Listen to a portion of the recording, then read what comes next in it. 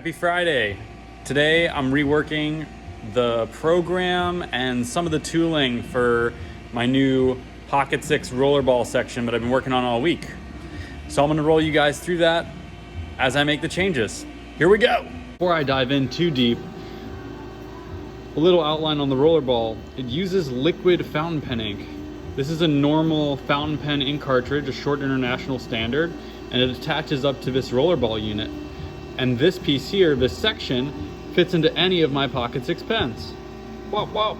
Inside of the Rollerball section, and the main problem I'm tackling today is that dimension 0.270. It's on the front end of the Rollerball. It's not super critical, but it's fluctuating all over the place. And I think it's due to this boring bar here. It's got a really long shank. As you can see, it's much longer than the threading tool. So what I've done is I've changed the strategy of how I machine the inside, all these inside dimensions of the Rollerball part. That means I need to swap out this drill, swap out this boring bar, and reprogram those two tools to have a more effective tool path. Another problem I've been having is that the drill is making a ton of noise when it's doing the machining of the first step of the inside diameter.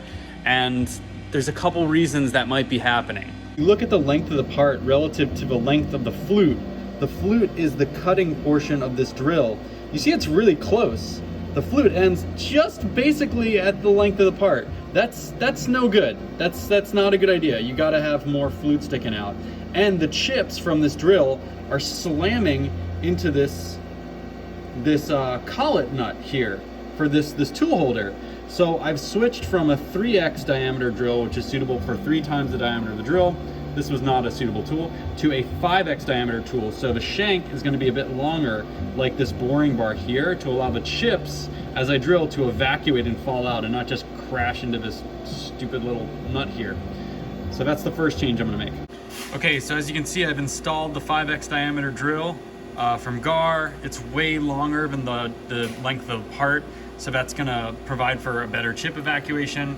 And I've swapped the boring bar out for a shorter variant, the same tool, just with a shorter shank, because I don't need that whole shank, because I'm gonna do a lot more of the work on the inside of the part over on the back side of the spindle once it's already been picked off in the main.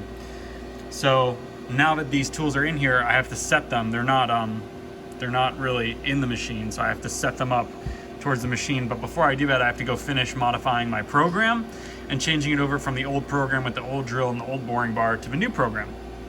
So here's the program. I'm changing tool number 23, which is the boring bar, and I am also changing tool number 24, which is the drill. And again, you just write these by hand. It's pretty simple. G1 is a move command, G0 is a rapid command, so like go really fast or feed the part. And I'm always comparing this against the older program that I just pulled off the machine to make sure that I implement any changes that I made while I was making those first couple hundred parts. There it goes. The new program coming in hot. All right, so I got the program loaded. The last thing I gotta do now is I gotta set these tools. And once these tools are set, I'll run the first part and start making some offsets and proving it out and tweaking it. And I should be back to making production. Here we go. 1, 2, 3, 4, 5, go!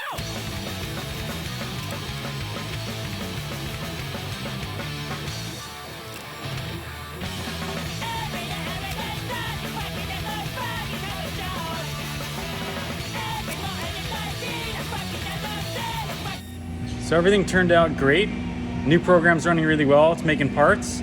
Couple issues I still got to sort out, but for the most part, the revision was successful. I saved about 10 seconds per part on the cycle time. New drill is running great. Parts coming out in tolerance. Everything's a-okay. Anyways, hope you enjoyed that. Might be making this a Friday video series, maybe, maybe not.